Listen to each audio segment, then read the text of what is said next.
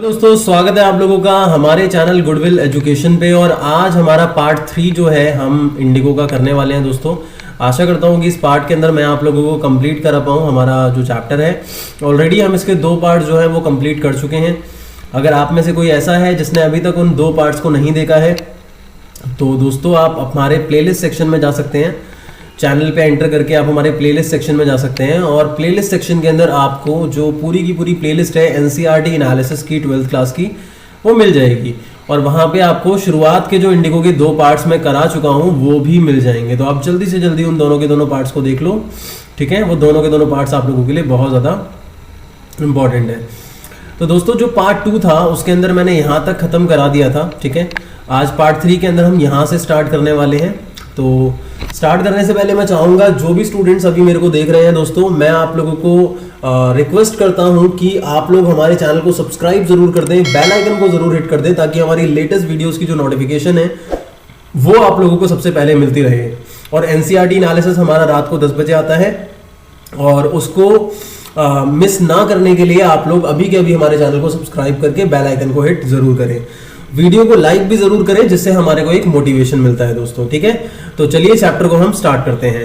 तो यहाँ पे हम पार्ट 3 की बात कर रहे हैं। देखो होता क्या है, जब गांधी जी जो है उनको जो कोर्ट है वो बेल लेने के लिए बोलता है और गांधी जी मना कर देते हैं और जज उनको रिलीज कर देता है विदाउट बेल। और बाद में फिर फैसला सुनाता है कुछ देर बाद, 120 मिनट्स बाद जो जज है वो फैसला सुनाता है। तो उस पर्टिकुलर टाइम पे क्या होता है, तो लिखा है व्हेन द कोर्ट रिकन्वेंट। अब यहाँ पे रिकन्वेंट का मतलब क्या है मैं आप लोगों को बता देना चाहता हूँ। To appear after an interval, मतलब स्पेशली कोर्ट के लिए ये वर्ड यूज किया गया है कि जब कोर्ट में कोई इंटरवल होता है तो उसके बाद वापस जब अपीयर हुआ जाता है उसको रिकन्वेन कहा जाता है। तो जब कोर्ट जो है फिर से रिकन्वेन हुआ तो जज ने क्या बोला कि he would not deliver the judgment for several days, कि भाई मैं कुछ टाइम तक जजमेंट नहीं दे सकता। और उन्होंने तब तक के लिए गांधी जी को लिबर्टी पे रहने के लिए बोला। लिबर्टी का मतलब होता है फ्रीडम। तो उन्होंने फ्री रहने के लिए गांधी जी को बोला, मतलब उनके खिलाफ कोई भी सुनवाई नहीं हुई थी, ठीक है। अब आगे बढ़ते हैं। यहाँ पे डॉक्टर राजेंद्र प्रसाद, ब्रिज किशोर बाबू, मौलाना मजरुल हक और दूसरे प्रोमिनेंट का मतलब होता है जिनकी एक अच्छी खासी पोजीशन होती है, जिनकी एक अच्छी खासी वैल्यू होती है। तो काफ़ी सारे प्रोमिनेंट लॉयर्स जो थे वो आए थे बिहार से गांधी जी से मिलने के लिए। ऑब्वियसली मैंने आपको ऑलरेडी बता चुका हूँ कि गांधी जी ने उनको टेलीग्राम भेजा था और इसीलिए शायद वो लोग वहाँ पे आए थे गांधी जी को सजेस्ट करने के लिए, उस सिचुएशन से बाहर निकलने में मदद करने के लिए। तो क्या लिखा है, दे कन्फर्ड विद गांधी। अब यहाँ पे कन्फर का मतलब क्या है, हैविंग डिस्कशन, मतलब उन्होंने गांधी जी से डिस्कशन किया। तो अब बात क्या हुई कि what would they do if he was sentenced to prison, Gandhi asked. मतलब गांधी जी ने जो वहाँ के जो लॉयर्स आए हैं उनसे मिलने के लिए उनसे ये बात पूछी कि अगर मैं जेल चला गया, अगर मैं प्रिजन चला गया तो तुम क्या करोगे। तो इतने में why the senior lawyer replied they had come to advise and help him, ठीक है। तो इतने में वो कहता है कि भाई हम ऐसा होगा ही क्यों। और जो सीनियर लॉयर है ये बात कहता है कि हम तो भाई तुम्हारे को एडवाइस करने आए हैं, तुम्हारे को मदद करने आए हैं। अगर तुम जेल चले गए, if he went to jail there would be nobody to advise, की ऑब्वियस सी बात है कि किसी को एडवाइस क्या करेंगे। आपको एडवाइस करने आए हैं तो भाई आप नहीं होगे तो किसको एडवाइस करेंगे। And they would go home, और वो घर चले जाएंगे। तो ये एक बहुत बड़ा रीजन था कि गांधी जी को फील होता था कि भाई शायद चंपारण का जो बैटल है वो जीत नहीं पाएंगे, क्योंकि सबसे पहला काम था सारे के सारे जो लोग हैं उन सबका जो मत है वो एक होना चाहिए, वो उन सबकी जो सम्मति है वो एक ही जगह पे होनी चाहिए, है ना। उन सबका जो मन था वो एक ही जगह पे फोकस करे। That was the fight in Champaran against the British landlords और ब्रिटिशर्स। तो ये बहुत ज़्यादा ज़रूरी था, लेकिन उन सबका अभी अलग जा रहा था जो ध्यान था, इसीलिए गांधी जी को फील हो रहा था कि शायद ये मुश्किल है। लेकिन गांधी जी फिर आगे बढ़ते हैं। What about the injustice to the sharecropper? Gandhi ji बोलते हैं कि जो शेयर क्रॉपर्स के साथ अन्याय हो रहा है उसके बारे में क्या Gandhi demanded. The lawyers withdrew to consult। अब यहाँ पे withdrew का मतलब क्या है, स्टॉप और कैंसिल। मतलब कहीं ना कहीं जो लॉयर्स हैं वो थोड़ी देर के लिए जो उनकी बातचीत चल रही थी उसको विड्रू कर देते हैं, कैंसिल कर देते हैं और आपस में कंसल्टेशन करते हैं। आगे क्या लिखा है, Rajendra Prasad has recorded the upshot of their consultations. अब यहाँ पे क्या लिखा हुआ है कि जो राजेंद्र प्रसाद है उन्होंने क्या करा था, हैज रिकॉर्डेड द अपशॉट। अपशॉट का मतलब होता है कंक्लूजन, कि जब सारे लॉयर्स जो थे वो अलग से डिस्कशन करते हैं अपना गांधी जी से बात रोक के, तो उस टाइम पे गांधी जी जो डिस्कशन है जो लॉयर्स आपस में कर रहे हैं उसको अपशॉट मतलब कंक्लूड करने का जो काम होता है वो डॉक्टर राजेंद्र प्रसाद करते हैं। और दे थॉट अमंग्स देमसेल्फ, मतलब वो लोग आपस में ये सोचते हैं सारे के सारे, that Gandhi was totally a stranger, कि भाई गांधी जी तो एक अजनबी है लेकिन येट वो प्रिपेयर्ड है जेल जाने के लिए, वो भी पीजेंट्स के लिए, for the sake of peasants, मतलब कि खातिर पीजेंट्स के खातिर वो जेल जाने को तैयार है, चंपारण के पीजेंट्स के खातिर, जो कि मतलब उनके लिए अननोन है, उनके लिए वो जेल तक जा सकते हैं। और ऑन द अदर हैंड जो ये लॉयर्स हैं ये चंपारण के आसपास के डिस्ट्रिक्ट के ही रहने वाले हैं, बिहार के आसपास के रहने वाले हैं, और ये लोग क्या कर रहे हैं, ये लोग वहां के पीजेंट्स की बिल्कुल भी मदद नहीं कर रहे, जो बिल्कुल गलत है। Being not only residents of adjoining district but also those who claim to have serve these peasants should go home, मतलब कि भाई हम लोग घर चले जाएंगे, तो ये तो बड़ा शेमफुल डिजर्शन है। अब यहाँ पे डिजर्शन का मतलब है to leave, would be shameful desertion, मतलब कि अगर हम चले गए तो ये एक शेमफुल डिजर्शन होगा, शेमफुल लीव होगा हमारी तरफ से, ये बहुत ही गलत होगा। तो ये सारी की सारी बातें उनके बीच में चल रही होती हैं। अब इतने में होता क्या है, they accordingly went back to Gandhi, मतलब अपनी डिस्कशन करने के बाद जो लॉयर्स हैं वो गांधी जी के पास जाते हैं and told him they were ready to follow him jail, कि भाई हम आपके साथ जेल में आएंगे, आपके पीछे पीछे, अगर आप जाओगे तो हम भी जेल में जाने को तैयार हैं। एंड वहीं पे गांधी जी एक्सक्लेम करते हैं कि the battle of Champaran is one. ये स्टेटमेंट कब आती है दोस्तों, ये स्टेटमेंट तभी आती है जिस पर्टिकुलर पॉइंट ऑफ टाइम पे जो गांधी जी हैं, जब उनको पता चलता है कि जो लॉयर्स हैं वो भी उन्हीं के साथ हो गए हैं, और अब जो गांधी जी चाहते हैं, जो चंपारण के लिए अच्छा होगा, वो उसको मानने के लिए तैयार हो गए हैं। तो गांधी जी ये बात बोलते हैं जोर शोर से एक्सक्लेम करके।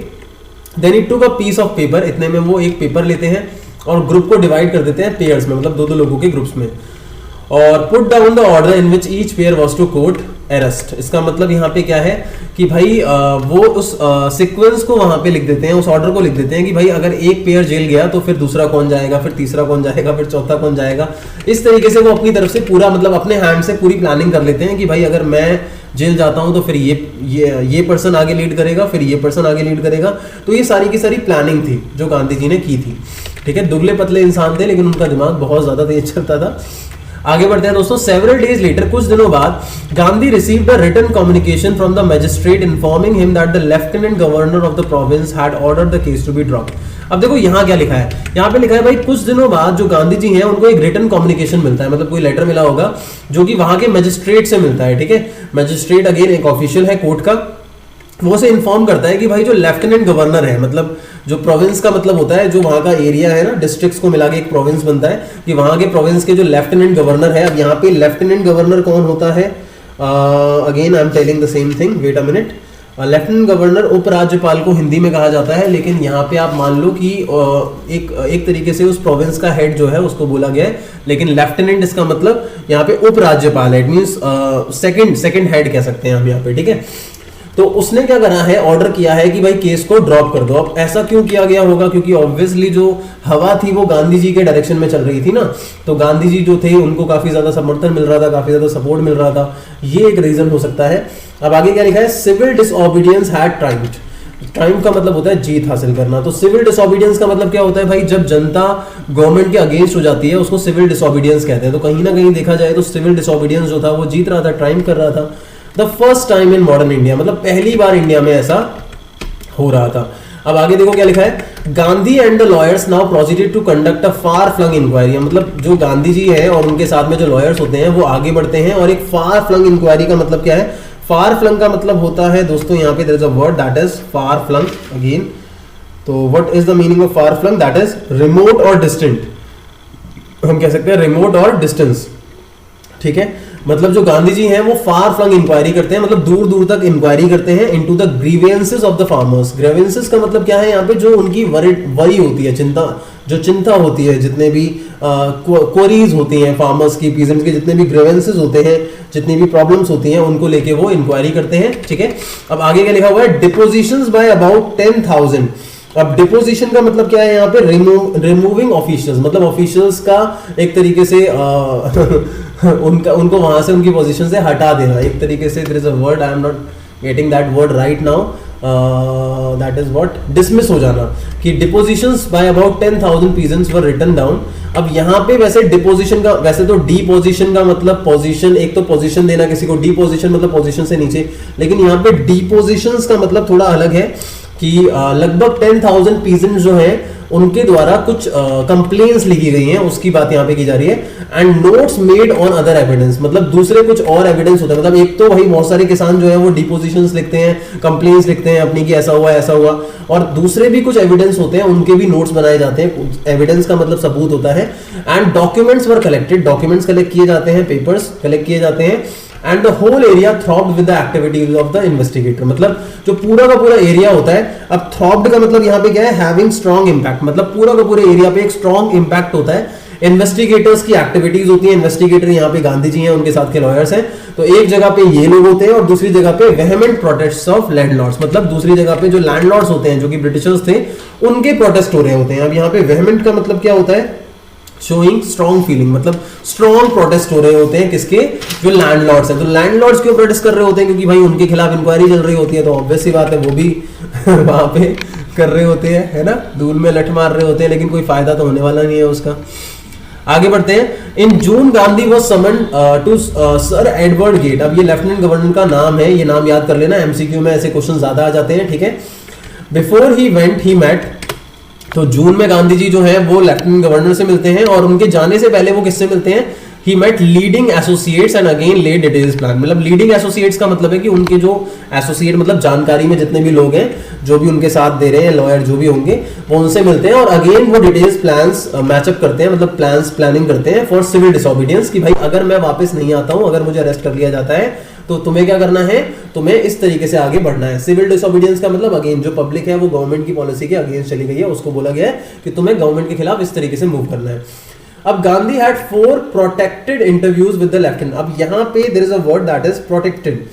तो प्रोटेक्टेड का मतलब क्या है दोस्तों, यहाँ पे there is a word that is protected. देखो कभी भी कोई वर्ड होता है ना, तो उस वर्ड का जो मीनिंग है दोस्तों वो थोड़ा सा चेंज हो जाता है when we come to you know the context. तो किसी भी कॉन्टेक्स्ट के अकॉर्डिंग थोड़ा सा हमारा मीनिंग जो है वो चेंज हो जाता है। तो यहाँ पे प्रोटेक्टेड इंटरव्यूज का मतलब यहाँ पे है कि एक लॉन्ग इंटरव्यू, एक लॉन्ग डिस्कशन होता है लेफ्टिनेंट गवर्नर के साथ, who as a result appointed an official commission, कि भाई इतने डिस्कशंस के बाद वो एक ऑफिशियल कमीशन बनाते हैं। कमीशन मतलब कुछ लोगों का एक कमीशन होता है जिसमें इंक्वायरी होती है into the Indigo share proper, मतलब जो इंडिगो के शेयर प्रॉपर्स थे, जो लैंडलॉर्ड्स के लिए काम कर रहे थे, उनको लेके इंक्वायरी की जाती है, पूरी की पूरी बातों की तह तक जाया जाता है, जो भी सिचुएशन है उसको लेके इंक्वायरी होती है।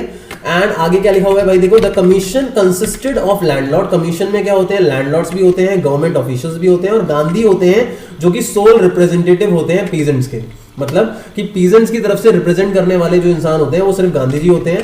अब आगे देखो क्या लिखा हुआ है कि Gandhi remained in Champaran for an initial uninterrupted period of 7 month, मतलब वो 7 महीनों तक वहीं रहते हैं। And then again for several shorter visit, मतलब शुरू में तो वो 7 महीने तक लगातार रहते हैं, फिर वो बाद में थोड़ा थोड़ा आते रहते हैं, विजिट करते रहते हैं।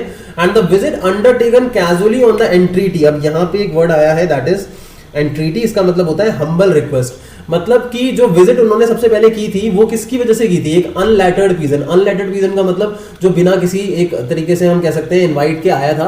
राजकुमार शुक्ला की भी बात की जा रही है कि भाई उसके तहत वो आए थे in the expectation that it would last a few days. उन्होंने सोचा था कि भाई फ्यू डेज तक चलेगा ये, लेकिन occupied almost a year of Gandhi's life, मतलब लेकिन उसके उस एंट्रीडी से, मतलब उसके उस रिक्वेस्ट से राजकुमार शुक्ला की, गांधी जी की लाइफ का 1 साल लगभग मान लो चंपारण के अंदर वो काम करते हैं। आगे बढ़ते हैं दोस्तों। The official inquiry assembled a crushing mountain of evidence against the big planter, मतलब जो इंक्वायरी बैठी थी उसकी वजह से क्या हुआ, जो बिग प्लांटर्स थे, जो लैंडलॉर्ड सिस्टम के लैंडलॉर्ड्स थे बड़े बड़े, उनके खिलाफ कई सारे क्रशिंग माउंटेन, मतलब बहुत बड़े बड़े एक पहाड़ की तरह जो एविडेंस होते हैं, यू नो सबूत होते हैं, वो इकट्ठा हो जाते हैं। And when they saw this they agreed in principle to make refund to the peasant, मतलब जब लैंडलॉर्ड्स ने ये देखा भाई कोई चारा बचा ही नहीं है, तो उन्होंने क्या कहा, उन्होंने कहा कि हम पीजेंट्स को उनका रिफंड दे देंगे, लेकिन हम कितना पे करें। ठीक है, उन्होंने गांधी जी से पूछा हम कितना पे करें। अब यहाँ पे एक बहुत ही इंपॉर्टेंट बात आती है दोस्तों, इस चीज को आप ध्यान रखना, इस पे क्वेश्चन जरूर बनता है। ठीक है, आगे लिखा है देखो, they thought he would demand repayment in full of the money. उनको लगता है कि भाई गांधी जी पूरी पेमेंट मांगेंगे, क्योंकि उन्होंने इलीगली, डिसीटफुली, मतलब धोखेबाजी के साथ, एक्सटॉर्टेड का मतलब पैसे ले लेना या गवर्न कर लेना, उसको हम एक्सॉर्टेड कहते हैं, टू फोर्स फोर्सफुली, ठीक है, शेयर प्रॉपर्टी से गवर्न किए थे। तो गांधी जी ने कितने पैसे मांगे? 100% नहीं मांगे, 50% मांगे। उनको डर था 100% ना मांगे, लेकिन गांधी जी ने कितना रिफंड मांगा? 50%, मतलब जितना घाटा शेयर प्रॉपर्टीज को हुआ है उसका 50% मांगा। और वहां पे वो एडमेंट, मतलब काफी ज्यादा जोर दे रहे थे, जिद कर रहे थे कि भाई इतना ही लेना है। राइट्स रेवरेंड जे.जेड हॉज और ब्रिटिश मिशनरी, मतलब ये एक ब्रिटिश मिशनरी है। मिशनरी का काम होता है धर्म परिवर्तन कराना दूसरे लोगों का, किसी भी एक धर्म को लेके। तो ज्यादातर क्रिश्चियनिटी को लेके मिशनरीज जो थे वो इंडिया में आया करते थे। उनमें से एक रेवरेंड जे.जेड हॉज है, उनके बारे में बोला गया है कि उन्होंने इस एपिसोड को देखा था। तो वो कहते हैं कि गांधी जी 50% पे काफी अड़े हुए थे इन Champaran, who observed the entire episode at close range। तो मतलब इस व्यक्ति ने देखा था ये सब कुछ। तो ये नाम जरूर ध्यान रखना, ये फैक्ट्स होते हैं guys. Thinking probably that he would not give way, मतलब उनको ये लग रहा था, जो जे.जेड हॉज है उनके बारे में बताया जा रहा है कि भाई उनको ये लग रहा था कि वो हार, मतलब बिल्कुल भी गिव अप नहीं करेंगे कि भाई 50% से नीचे वो आएंगे ही नहीं। लेकिन इतने में the representative of the planter, मतलब जो प्लांटर्स होते हैं, लैंडलॉर्ड्स होते हैं, उनका जो रिप्रेजेंटेटिव है वो कहता है कि भाई हम तो खाली 25% ही दे सकते हैं रिफंड, मतलब जो लॉस हुआ है उसका 25% दे सकते हैं। अब उन्होंने जानबूझ के बोला था, क्योंकि 25% हम देंगे, 50% वो बोलेंगे, बीच में मामला और ज्यादा खिंच जाएगा, आगे जाके रफा दफा हो जाएगा, है ना। अभी तो मामला पीक पे चल रहा है। बट टू हिज अमेजमेंट, लेकिन इतने में जे.जेड हॉज जो है वो कहते हैं कि मैं अमेज्ड हो गया जब मिस्टर गांधी जो है उन्होंने कहा कि भाई 25% ही हमारे लिए काफी है। तो गाइज आई होप आपको यहां तक अभी समझ में आ गया होगा, कोई दिक्कत आप लोगों को नहीं होगी। तो ये हमारा एक लास्ट के 2 जो पेजेस हैं वो बचे हुए हैं, और ये हमारा जो मैंने अभी आपको कराया है दैट इज दोस्तों पार्ट नंबर 3, और पार्ट 4 के अंदर मोस्ट प्रोबेबली हमारा ये चैप्टर जो है वो कंप्लीट हो जाएगा। तो दोस्तों आशा करूंगा कि आप लोग वीडियो को लाइक जरूर करोगे, ज्यादा से ज्यादा शेयर जरूर करोगे, क्योंकि हम लोग जो वीडियोस बनाते हैं उसका जो मेन पर्पस है दोस्तों वो यही है कि आप लोगों की ज्यादा से ज्यादा मदद हो पाए। और आप में से कोई भी बच्चा जो हमारा पेड कोर्स लेना चाहता है, बहुत अच्छी अपॉर्चुनिटी है आप लोगों के पास। अगर आप ज्यादा पैसे अफोर्ड नहीं कर सकते तो दोस्तों रिकॉर्डेड कोर्स की फीस सिर्फ और सिर्फ 500 रुपीज है कंप्लीट कोर्स की। थोड़े बहुत पैसे के लिए आप अपना जो मार्क्स है उसको रिस्क पे मत डालो, और हमारा पेड कोर्स जो है उसके लिए एनरोल जल्दी से जल्दी करो, और व्हाट्सएप नंबर पे मुझे मैसेज करो। अगर लाइव कोर्स भी लेना चाहोगे तो भी 1000 रुपीज खाली चार्जेस है, जो बहुत ही कम फीस है मेरे हिसाब से पूरे कोर्स के लिए, जिसमें मैं मेहनत करने वाला हूं बहुत ज्यादा। गूगल मीट पे आपकी क्लासेस होने वाली हैं, and there are so many things. तो प्लीज यार आप लोग इसके बारे में जरूर सोचो। आशा करता हूं दोस्तों आप लोग इसके बारे में जरूर सोचोगे, और जल्दी से जल्दी हमारा जो पेड कोर्स है उसको ज्वाइन जरूर करोगे। तो दोस्तों लास्ट में बस यही कहूंगा कि चैनल को सब्सक्राइब जरूर कर दो, वीडियो को शेयर जरूर कर दो, और कमेंट करो प्यारे प्यारे, ताकि पता चले कि यार हमारे सपोर्टर्स कितने हैं यहाँ पे यूट्यूब पे। ठीक है, thank you so much for watching this video. Keep watching goodwill education, that is one stop destination for your English.